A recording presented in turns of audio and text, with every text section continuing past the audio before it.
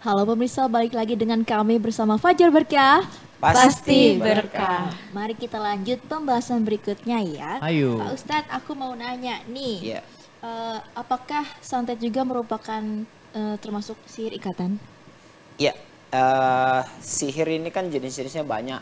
Iya betul. Kalau santet itu lebih mengarah kepada sihir pembunuhan. Jadi sihir yang dibuat untuk agar korbannya itu meninggal dunia. Benar-benar Pak Ustadz ya. Adapun sihir ikatan dia sihir yang dibuat agar korbannya itu terganggu hubungan suami istrinya. Jadi dia dua jenis yang berbeda, tapi tetap keduanya adalah sihir.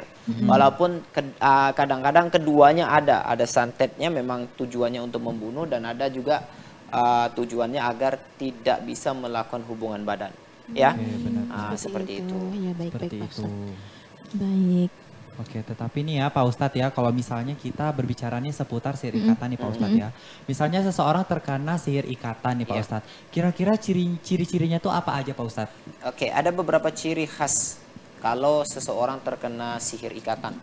Yang pertama secara umum ya. Secara umum itu orang terkena gangguan sihir biasanya dia akan selalu mimpi jumpa ular. Oke. Nah, kemudian mimpi jumpa anjing hitam.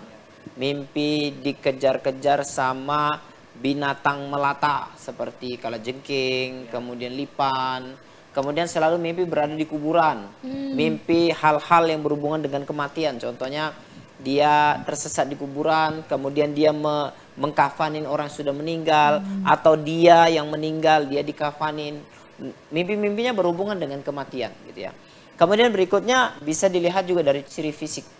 Orang yang terkena gangguan sihir biasanya selalu sakit di kepala, pusing 7 keliling. Waduh, 7 Kemudian keliling. selalu sesak di dada, Iya, khususnya kalau menjelang malam. Ya. Kemudian selalu sakit di perut, ya seperti asam lambung atau mah. Kemudian selalu berada di pundak belakang sini. Dan kemudian kalau orang terkena sihir ikatan biasanya selalu sakit di pinggang. Oke. Ya, kemudian bisa dilihat juga dari emosi. Ya, orang yang terkena gangguan sihir biasanya emosinya tidak terkendali, gampang marah. Kemudian gampang tertekan.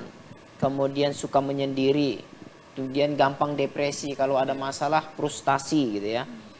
Kemudian bisa juga dilihat dari hubungan kekeluargaan. Biasanya orang terkena gangguan sihir ikatan, rumah tangganya tidak harmonis. Masalah kecil jadi besar. Kemudian istri selalu minta cerai, suaminya tidak berkasih sayang gitu ya. Jadi hubungan suami istri itu hambar, tidak ada rasa. Seperti itu. Kalau ini indikasi ada, maka bisa jadi itu ciri-ciri Anda terkena gangguan sihir, dan perlu mengupayakan ya dengan doa-doa, zikir-zikir untuk melemahkan pengaruh-pengaruh gangguan sihir tersebut. Betul, Oh, Pak Ustadz. Begitu. Nah, biasanya nih Pak Ustadz, Iya. apa aja sih yang terjadi kalau misalkan kita nih kena sihir ikatan ini?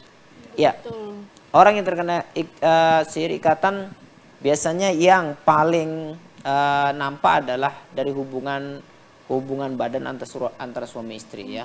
Jadi tidak bisa melakukan atau seperti hambar untuk melakukan. Hambar. Makanya ada yang sampai kasusnya sampai 12 tahun tidak pernah melakukan hubungan badan.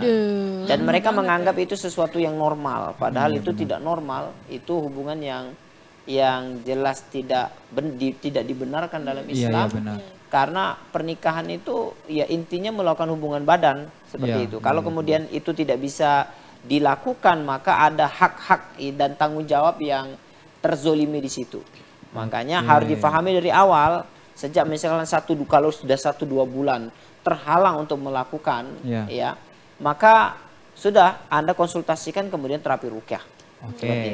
Seperti itu. Pak Ustadz, silahkan, ayo rebutan. Saking pengen taunya nih sampai rebutan aku sama Teh Susma. Aduh. Aku nanya gini Pak Ustadz, kan tadi kan yang balik lagi ke ciri-ciri yang terkena ikatan sihir itu Pak Ustadz, kan kata Pak Ustadz tadi menjelang malam ya, apa namanya, sakit-sakitnya itu apa emang kalau itu tuh sakitnya emang selalu menjelang malam atau ada siang hari kah atau sore hari kah? Iya, sakit itu sebetulnya ada yang dia hanya menjelang malam atau ada sepanjang masa.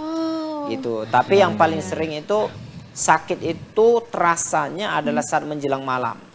Ya, kalau misalkan di hari-hari yang lain dia rasanya biasa, dia kerja normal, dia sekolah normal. Tapi kalau sudah menjelang asar dia sesak dada, sakit di perut, nah seperti itu. Itu yang paling mengindikasikan bahwa gangguan sihir. Kalau misalkan dia sakitnya sepanjang masa, maka kan masih ada tanda tanya kalau itu sakitnya medis. Tapi kalau sakitnya hanya di saat-saat menjelang malam saja, maka kita bisa mengambil kesimpulan walaupun belum dicek, belum diperiksa, ya. Kita sudah bisa mengambil kesimpulan bahwa ini merupakan ciri orang terkena gangguan sihir. Kenapa? Karena sakitnya kalau menjelang malam saja. Kalau siang atau pagi ya biasa-biasa aja seperti orang normal biasa.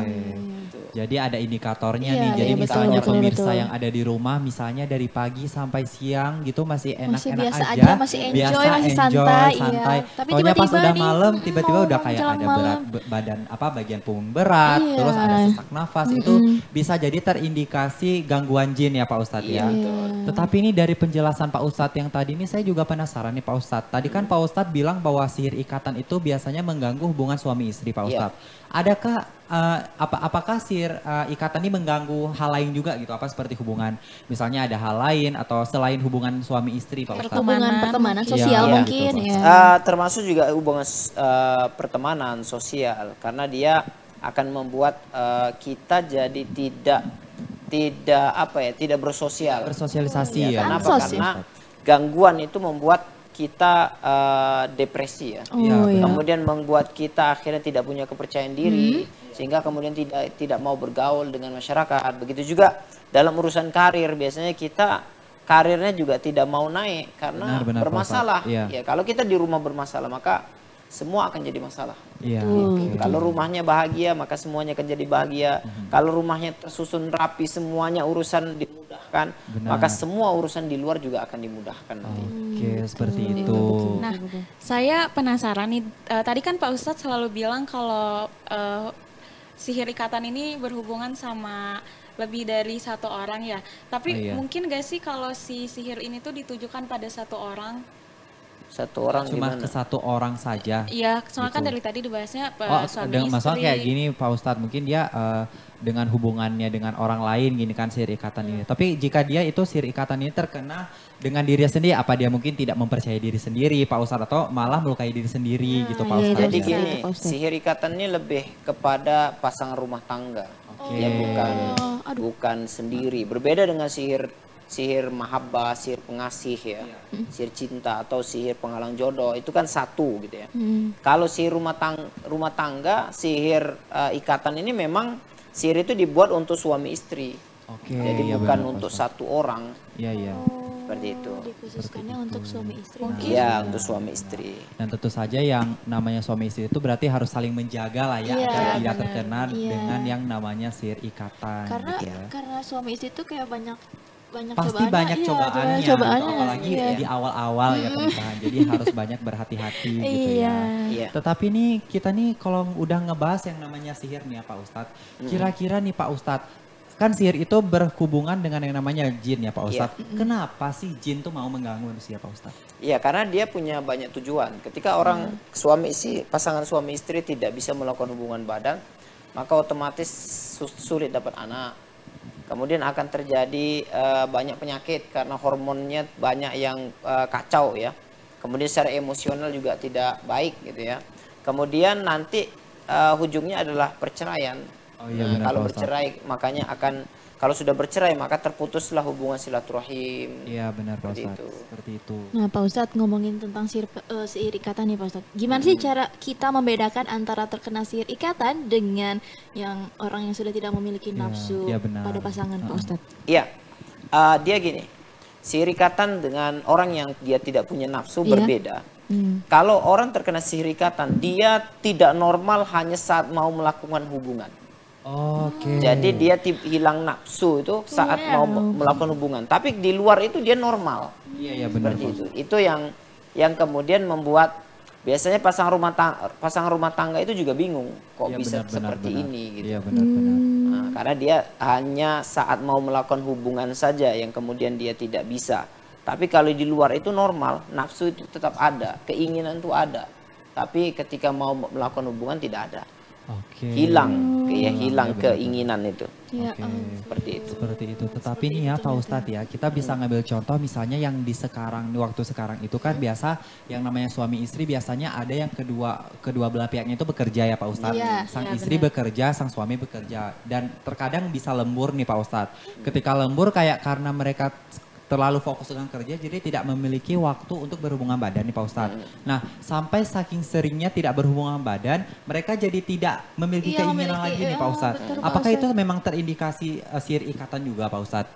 Iya, jadi itu termasuk juga sihir ikatan. Akhirnya nanti setan yang kemudian bermain di situ yang membuat akhirnya mereka tidak melakukan. Oh iya benar Pak Ustadz. Ya, jadi karena kalau hubungan normal suami istri dia akan punya hasrat ke arah sana. Tapi ketika adanya campur tangan jin atau sihir, maka gangguan campur tangan jin dan sihir itu yang kemudian menghalangi dan kemudian membuat rasa keinginan itu tidak ada. Benar. Gitu. Itu seperti itu ya.